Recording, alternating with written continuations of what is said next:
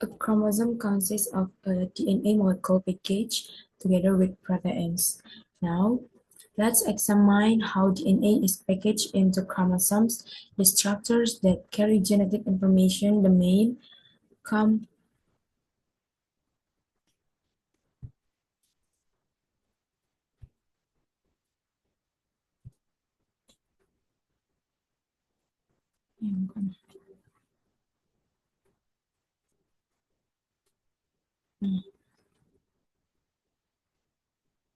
okay. Repeat again. A chromosome consists of a DNA molecule packaged together with proteins. Now let's examine how DNA is packaged into chromosomes, the structures that carry genetic information.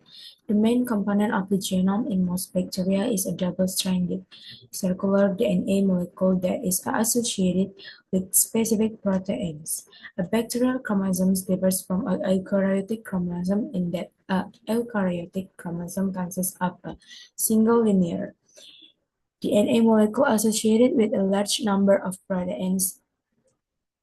In E. coli, the chromosome's DNA consists of about 4.6 million nucleotide pairs, representing about 4,400 genes.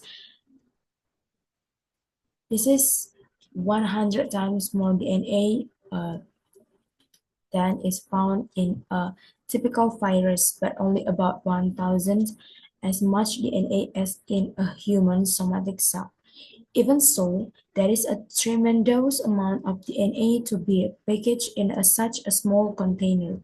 Stretched out, the DNA of an E. coli cell would measure about a millimeter in length, uh, 1,000 times longer than the region it occupies in the cell.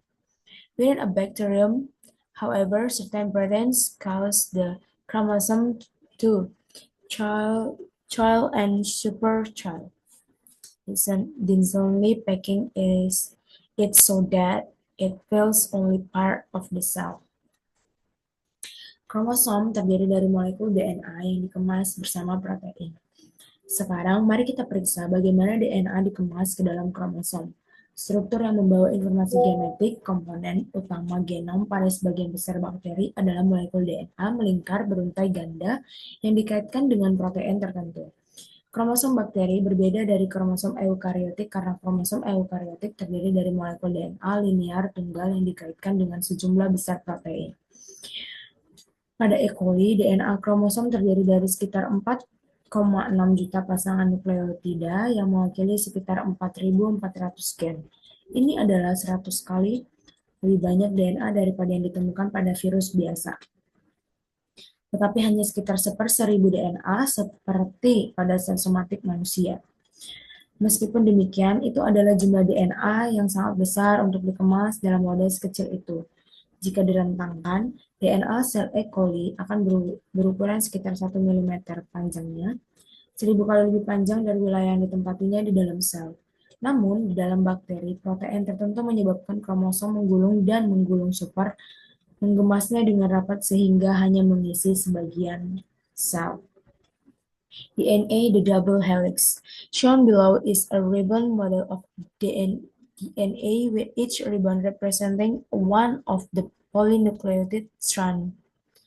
The TAM show a molecule of naked proteins per DNA. The double helix is a 2 AM cross. DNA helix ganda. Di bawah ini ditunjukkan model pita DNA dengan setiap pita mewakili salah satu untai polinukleotida. TAM menunjukkan molekul DNA telanjang bebas protein helix ganda berukuran 2 nm. Nucleosomes in a 10 mm fiber. In electron micrographs, unfolded chromatin is roughly 10 nm in diameter. Such chromatin resembles beads on a string. See the TAM. Each bead is a nucleosome, the basic unit of DNA packing. Oh my god. DNA packing The string between bits is called linker DNA. A nucleosome consists of DNA wound twice around a protein core of 8 histones to each of the 4 main histone types, the amino end of each histone. The histone tail extends outward from the nucleosome and is involved in regulation of gene expression. In the cell cycle, the histones leave the DNA only briefly during DNA replication.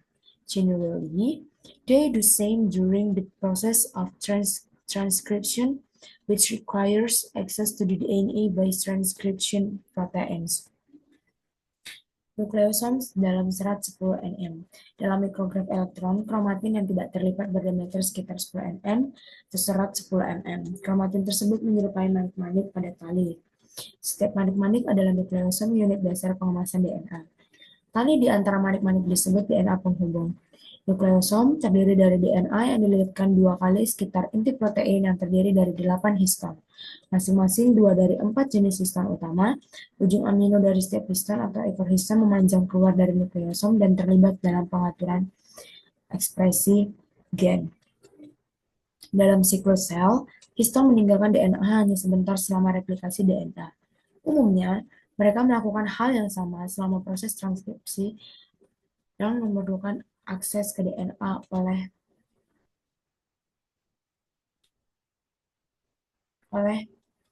protein.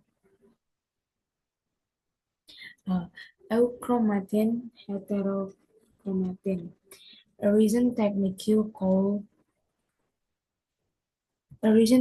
called chromic allows scientists to visualize chromatin in intake cells. ChromeEMT and other new techniques have shown that the 10 nm fiber is the basic consistent of interphase chromatin. During interphase, different regions of a chromosome may exist as euchromatin below left or heterochromatin below. In euchromatin, the 10 nm fiber is loosely arranged in a more open configuration than heterochromatin. Higher degrees of organization, including the 30 nm fiber in one older model, may exist in specific cells are at certain times. This is an area of very active research. The DNA in a chromatin is accessible to the proteins that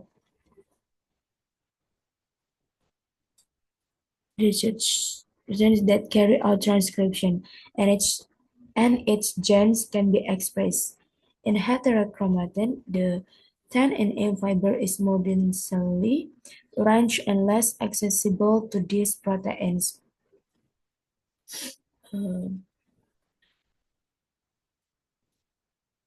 Genes in heterochromatin are generally not expressed. Chromatin and heterochromatin are organized into regions by other proteins not shown here. This organization is dynamic but disappears once mitosis begins.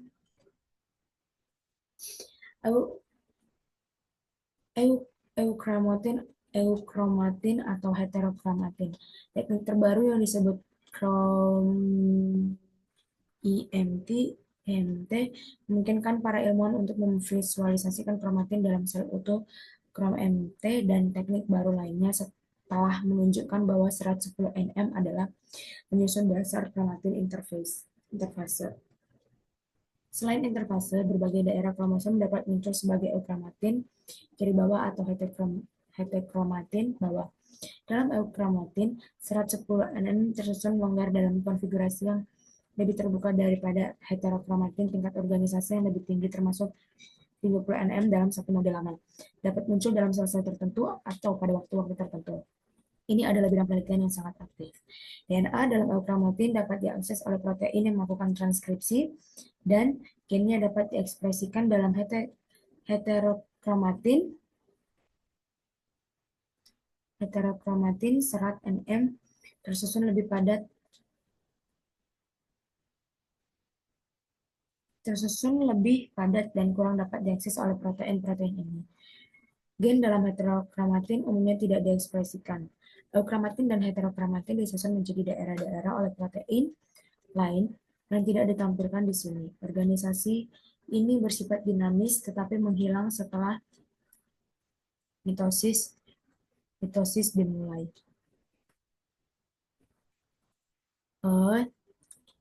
Okay, next, histone. Proteins called histones are responsible for the main level of DNA packing in interphase chromatin. More than a fifth of a histone's amino acids are positively charged, base or arch. Uh, and therefore bind tightly to the negatively charged DNA. Four types of histone are most common in chromatin. The histones are very similar among eukaryotes, probably reflecting their important role in chromatin structure. Sejarah protein disebut histone bertanggung jawab atas tingkat utama pengemasan DNA dalam chromatin interfase. Lebih dari 1/5 asam amino histone bermuatan positif, dan karenanya terikat area dengan DNA yang bermuatan negatif. 4 jenis histone paling umum dalam chromatin. Histone sangat mirip di antara eukariota yang mungkin mencerminkan peran penting mereka dalam struktur chromatin.